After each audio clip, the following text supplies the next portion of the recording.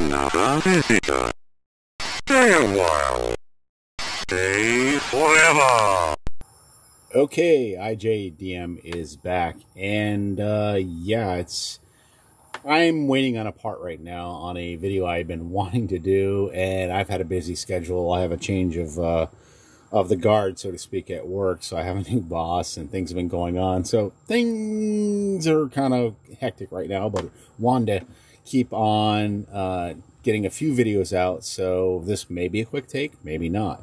But saw a video recently on LGR. If you haven't checked them out, check them out. I hate to give props to people who already have like 1 million viewers, but they are good at what they do. And he's one of the top ones I love to watch. And hey, if you got to get an idea from somewhere. And he showed a recent thing with some Midi type stuff and other things, and got me interested. And I did a few discs and tried to played around with a few things. But on one of his latest computers he did on his channel was on something that he kind of ended with adtracker. And I want to check that out, because even though I was really part of this era, I just didn't know about all this stuff, and honestly I was not that musically inclined. So let's just load it up, and I think we just type in adtrack 2, and hopefully we get something going here. And it reads. And I'm using the compact LTE 5000 that I got, so the screen is a little like, I think this program requires a little more with a VISA screen or some kind of better video card or whatever, even though it is a DOS program. It's just, it's one of those weird things I've come across. I've never seen a DOS program that you actually can scroll through parts of the screen, and I don't know if they're just, I don't know what they're trying to do. I guess they're trying to keep it in a text mode. I'm not really sure. And like the guy in the other channel, I do have the handy dandy MA12 speakers. I actually keep 2 out on my patio that have actually been outside, believe it or not, for the last 5 years and are still working perfectly fine.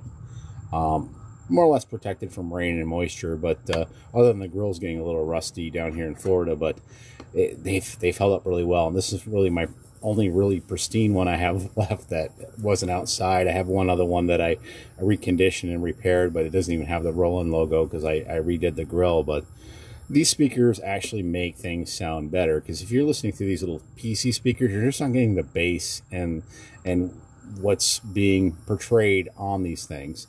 And figuring out this program is definitely a learning curve. So on F3 you hit that, and you learn that all the songs are stored in this file. And I did get this off of an archive site somewhere. It could be archive.org, it could be whatever. I'm not really sure at this point. But if you watch the other video that LGR did, obviously he played this song, and of course it loads, but then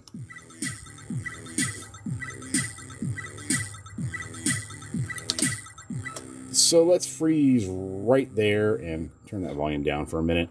And the cool thing, what you're seeing here, and I'm not sure what's copyrighted and what's not, and oh God, how do you get out of this? I guess I just hit F5 again. But the cool thing you're seeing here is actually, this is like, I guess, and I'm not musically inclined, and correct me if I'm wrong, is some kind of music sequencer that actually goes through different patterns and stuff. And how you would digitize this stuff is a question in my mind that I'm like, did somebody program all these notes and stuff in individually, or do they have something that was inputting in through a device or whatever? I'd like to know more about that. I've kind of searched, and I haven't really found anybody that's really explained it to me. That somebody, when they programmed this song, did they actually like go ahead and just like, and it's pretty impressive. And there's a few other songs I discovered on here that were like even like more modern day songs that were, I'm going to turn that down because I'm not sure how long we can go without a copyright strike, because you never know on any of this stuff anymore. Well, this one a lot of people may recognize. And I would say this is a step above Midi.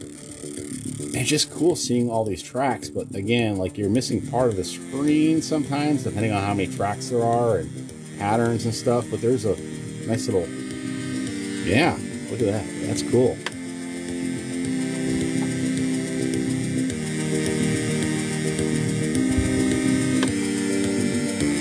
So we'll cut that off right there. It's Midi music. I mean, seriously, I'm doing a demonstration. So anybody who wants to complain, fine, go ahead. And it's like, okay, I'll take it off. But I'm trying to really demonstrate something that was really cool for back in the day. Considering most of this, I wouldn't say would fit on a single floppy disk. Let's just check the file for a second here. We'll just quit out of this program. And I'm thinking I'm just going to go into maybe Windows and just see what is what as far as how much space does this take up, and see, is this something that, and if I remember right, I downloaded a couple different files to get this working, but I had to find a particular one to get to work on my laptops. But if I remember right, it takes up about 3.5 gigs. Can't quote me on that. I think I have it under my DOS directory. I just went into Windows because it's a little easier for me to, yeah, 3.76. So it's a little over a floppy disk size. So this was obviously something that came after, and maybe storing the music is, let's see how big the music files are. That's maybe interesting.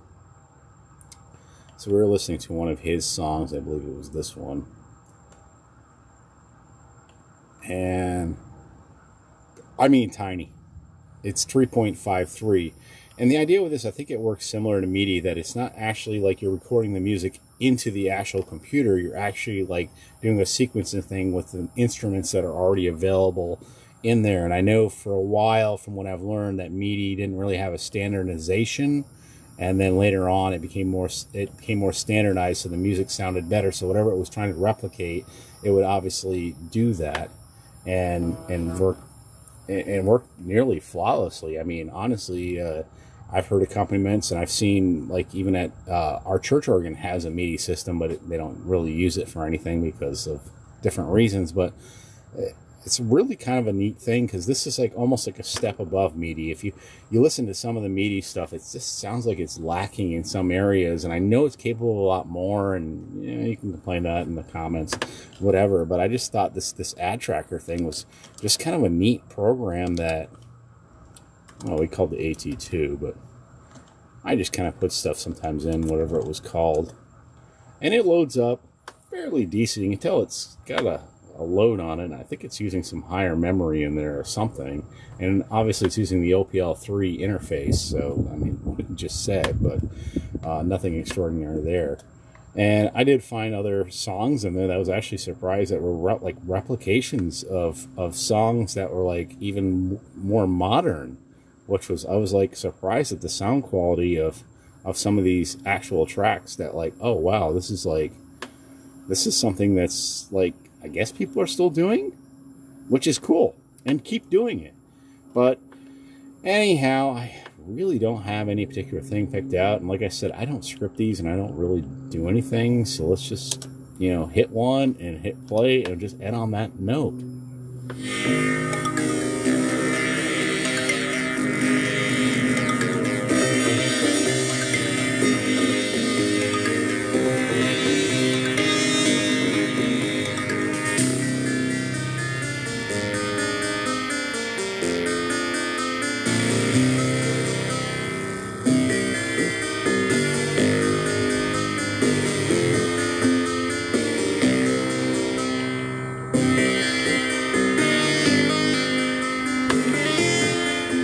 Anyhow, be sure to subscribe, and I promise you this is just kind of a holdover video, but I figured it was something interesting to show and get a little more in depth on it. But yes, definitely in the next, I'm not going to say the next video, but within the next 5 videos, I have the Amiga video cable for that Amiga system I'm working on, the 4000. The monitor's ready to go, the computer's ready to go, the keyboard, well, if you haven't seen that, watch it. It was quite the project, and I doubt it's even going to work, but I do have a source for the board. Assuming everything works, then I'm going to go ahead and replace the board on it and do a video on that as well. So I have more interesting stuff coming up if you're getting bored with this kind of thing that I'm doing right now. But hey, it's something to watch. That's all I got to say. We're just hanging out and checking this stuff out. We'll see you next time. If you like what you're watching, then be sure to subscribe. If you want to hit the like or unlike button or whatever, or unsubscribe, it's your choice. And we'll see you next time.